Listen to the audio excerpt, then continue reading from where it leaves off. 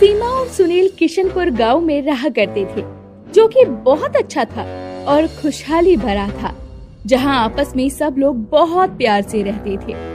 हाँ जी, सुनती हो, इस बार की फसल तो बहुत अच्छी हुई है।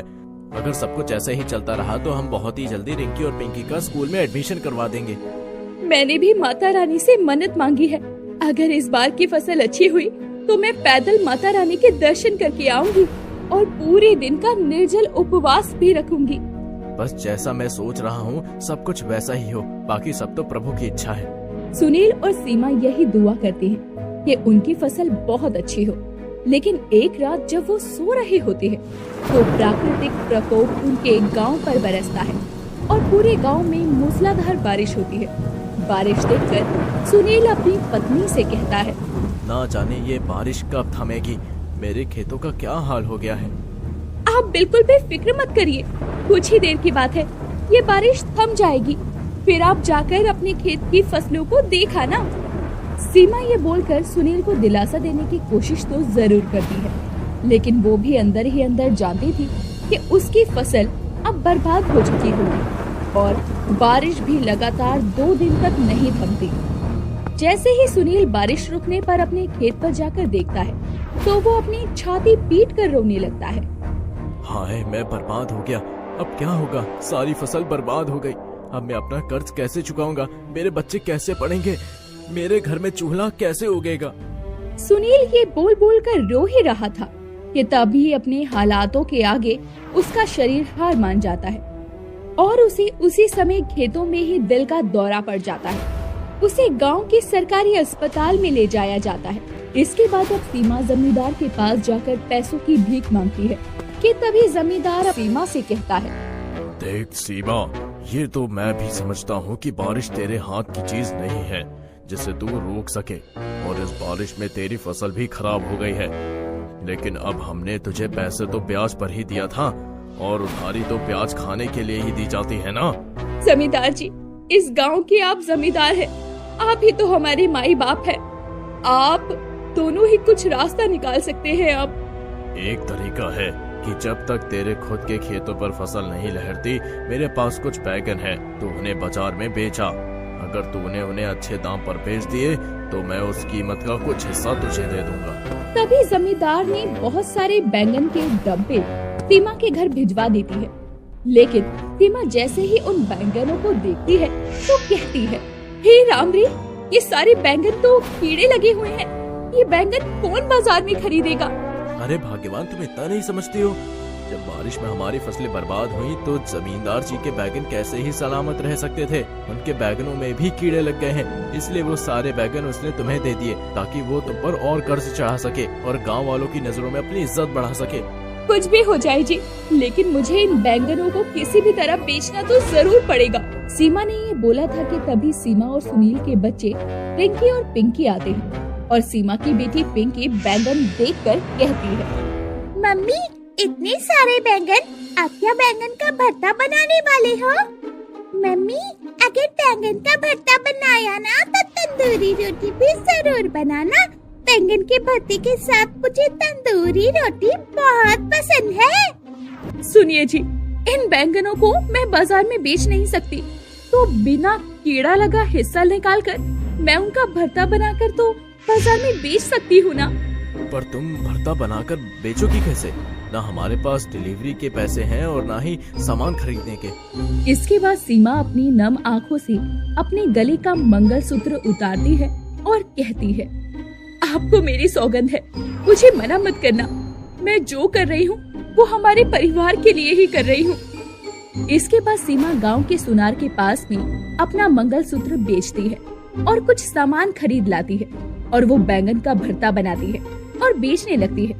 कुछ ही समय में उसका बैंगन का भरता बहुत अच्छा बिकने लगता है। ये देखकर जमींदार को बहुत जलन होती है और वो कहता है, इस तरह तो वो सीमा की बच्ची अपने सारा का सारा कर्ज चुका देगी। मुझे क्या पता था कि वो कीड़े लगे बैगन इस तरह भी इस्तेमाल कर सकती है, वरना मैं कभी भी अपने सोने का खजाना उसके हाथों में नहीं लगने देता।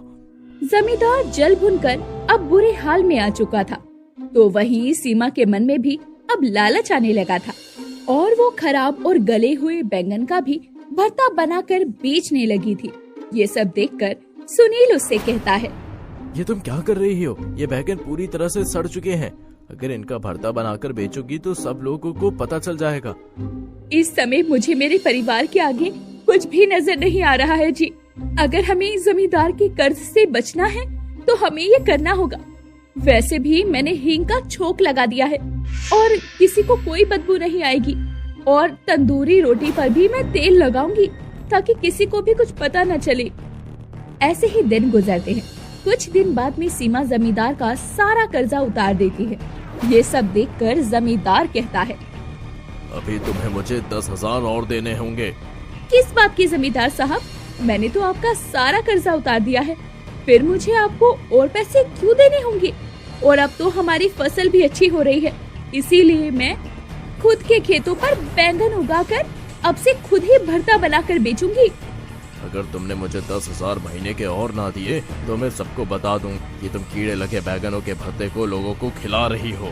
अगर आपने ऐसा करने की सोची भी तो आप याद रखना कि मुझे वो कीड़े लगे बैंगन आपने ही दिए थे जमींदार साहब। पूरे गांव में ये बात बताकर आपकी थू-थू करवा दूंगी। सीमा ये बोलती है और जमींदार ये बात सुनकर चुप हो जाता है, क्योंकि वो अपनी पत्नी के गांव में थू-थू नहीं करवाना चाहता था, क्योंकि आखिर ये योजना उसकी और उसकी पत्नी की जो थी। दिन गुजरते हैं और सुनील की तबीयत अब बिल्कुल ठीक हो चुकी थी। सीमा अपने खुद के खेतों में बैंगन उगाने शुरू कर चुकी थी। सुनील उन बैंगनों को बाजार में बेचता और जब बैंगन थोड़े खराब होने लगते तो सीमा उसका भरता बनाकर रख लेती। एक दिन जमींदार पंचायत के कान भर देता है कि सीमा सड़े हुए बैंगन का भरता बनाकर बेचती है और पंचायत भी अचानक सुनील और सीमा के घर की तलाशी लेने का फैसला करती है। अरे अरे, आप ऐसे कैसे घर में घुस रहे हैं? आपको किसी के घर में आने से पहले उससे पूछना चाहिए। अगर घर पर छापा मारना हो तो पूछा नहीं जाता। अगर तुम बैगन का भरता बेचकर इतनी तरक्की कर रही हो कि तुमने अपना घर भी पक्का करवा लिया है और अपनी लड़कियों को स्कूल भी भेज रही हो, मेरा सारा कर्ज भी चुका दिया, हम भी तो देखें कि ऐसा कौन सा बैगन का इस्तेमाल कर रही हो तुम। अब जमींदार और पंचायत के लोग सीमा के घर की तलाशी लेते हैं, लेकिन उन्हें वहाँ ताज़ा और अच्छे बैंगन मिलते हैं। ये देखकर गांव की एक औरत कहती है, अरे जमींदार जी, क्यों बेकार में गांव की बेचारी औरत को परेशान करने पर तुले हो आप लोग?